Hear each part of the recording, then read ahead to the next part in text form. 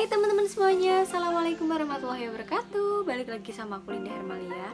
Pada video kali ini, lagi aku akan mengupload tentang tugas kuliah aku, yaitu sumber media pembelajaran, khususnya materi media pembelajaran berbasis digital. Nah, apa kabar kalian semuanya?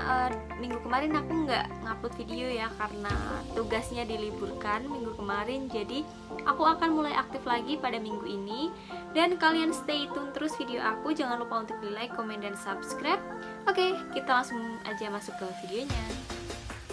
Untuk yang pertama nih, aku akan membahas tentang media pembelajaran berbasis digital. Nah, sebelumnya kalian tahu nggak sih apa itu media pembelajaran berbasis digital? Nah, media pembelajaran berbasis digital adalah media pembelajaran yang bekerja dengan data digital atau citra digital yang dapat diolah, diakses, dan didistribusikan menggunakan perangkat digital. Contohnya seperti laptop, HP, smartphone, dan lain-lain. Nah, urgensi media pembelajaran digital sendiri ada beberapa. Yang pertama, untuk meningkatkan kemampuan pendidik, meningkatkan mutu pembelajaran, meningkatkan kebutuhan siswa, memenuhi tuntutan paradigma, dan juga memenuhi kebutuhan pasar. Nah, sedangkan pemilihan media pembelajaran sendiri itu harus dilakukan pendidik ketika pendidik akan membuat alat peraga untuk mempermudah peserta didik dalam kegiatan belajar mengajar. Nah, selain itu juga pemilihan media pembelajaran itu sendiri merupakan suatu hal yang harus konsisten dengan tujuan awalnya. Selain harus konsisten, pemilihan media pendidik juga harus menakar kemampuannya, apakah dia bisa menguasai atau tidak. Nah, di sini kriteria pemilihan media sendiri itu terdapat beberapa.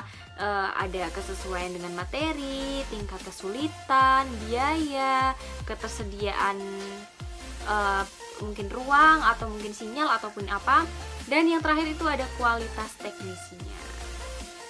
Nah, setelah kita mempelajari tentang pengertian media pembelajaran berbasis digital, contohnya, urgensinya, pemilihan media pembelajaran, serta kriteria pemilihan media tersebut, kita di sini masuk menggunakan model selection. Apa sih menggunakan model selection yang dimaksud ini? Nah, menggunakan model selection ini yang dimaksud adalah meliputi tentang siswa menggunakan media yang mudah digunakan. Kita mempertimbangkan waktu, biaya, karakteristik pembelajaran, interaksi, pengelolaan masalah, memperluas jaringan, dan juga keamanan dan privasi. Nah, kita masuk pada siswa terlebih dahulu.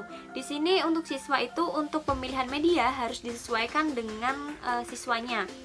Contohnya ada kecakapan dasar, kebutuhan dan minatnya itu sendiri, daya akses, dan juga gaya belajar. Nah, yang kedua ada mudah digunakan. Nah, di sini mudah digunakan yang dimaksud adalah tata letaknya yang ringkas, tampilan antar mukanya mudah dipahami, kontennya mudah diperbarui, tersedia pelatihan atau buku panduan atau buku petunjuk seperti itu ya. Next, lanjut yang ketiga, yaitu ada tentang biaya. Nah, di sini yang harus diperhatikan pada biaya yaitu ada biaya produksi, perancangan materi, pengumpulan bahan, konsul dengan pakar, dan masih banyak lagi. Nah, selanjutnya itu ada relevansi dengan pembelajaran. Yang pertama itu yang harus diperhatikan dalam relevansi dengan pembelajaran. Yang pertama ada tujuan pembelajaran, yang kedua ada materi pembelajaran, yang ketiga ada metode pembelajaran, yang keempat ada prinsip-prinsip pembelajaran. Untuk nextnya kita ada interaksi guru siswa dan media. Nah, di sini antara guru, siswa beserta medianya itu harus saling berinteraksi seperti itu ya. Saling berkomunikasi, misalnya guru itu harus pandai menggunakan medianya, siswa juga harus tahu. Jadi di sini tidak hanya sepaneng atau monoton, tapi kita menciptakan suasana yang bisa saling berkomunikasi satu sama lain. Misalnya melalui chat, melalui seperti ini kita menyuruh penonton untuk berkomentar, atau ada yang perlu ditanyakan bisa kalian tuliskan di chat kolom komentar seperti itu. Contohnya itu adalah merupakan interaksi antara kalian yang menonton dengan saya, seperti itu. Nah, yang keenam itu ada pengelolaan masalah. Di sini pengelolaan masalah itu terdiri dari kompetensi warga sekolah itu sendiri, fasilitas pendukungnya, dana untuk pengembangan media, serta kreativitas pengajar. Nah, Untuk selanjutnya ini kita akan membahas tentang networking. Apa sih itu networking? Pasti kalian bertanya-tanya, apa sih Kak itu networking itu sendiri? Nah, di sini networking itu adalah salah satu fitur yang berfungsi untuk menghubungkan siswa dengan komunitas ilmuwan dan sumber belajar yang berkualitas. Misal jenisnya itu ada masyarakat, komunitas pelajar dan juga ilmuwan dan lain-lain. Nah, di sini untuk yang selanjutnya itu ada security dan privacy.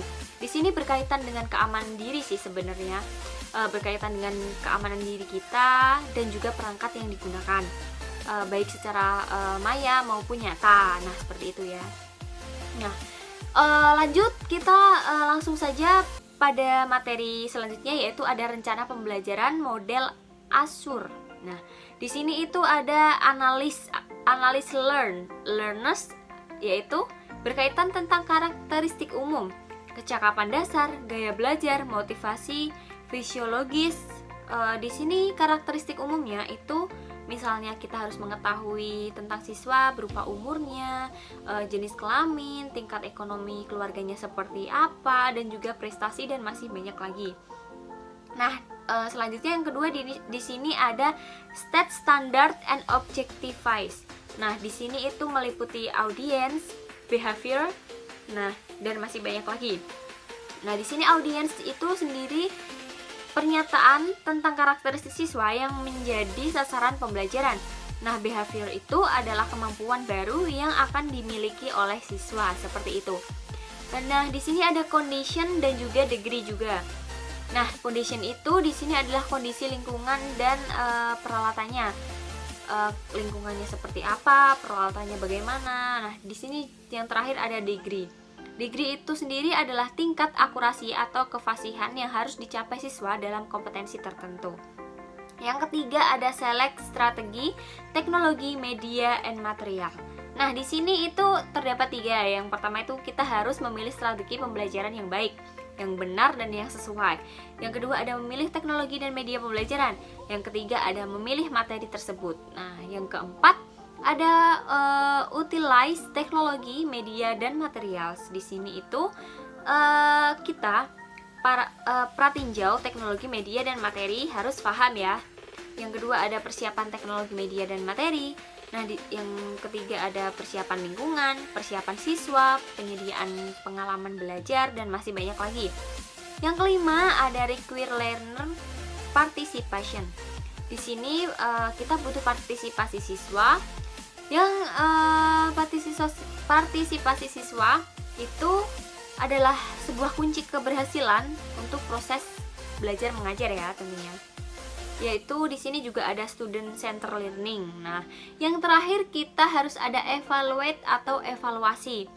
Untuk melihat kemajuan atau kompetensi yang telah dicapai selama mengikuti proses pembelajaran, itu kita perlu adanya evaluasi ya. Di sini evaluasi itu meliputi ada perilaku siswa, tes siswa, hasil kerja siswa di suatu kegiatan dan masih banyak lagi. Dan ada juga di sini evaluasi strategi.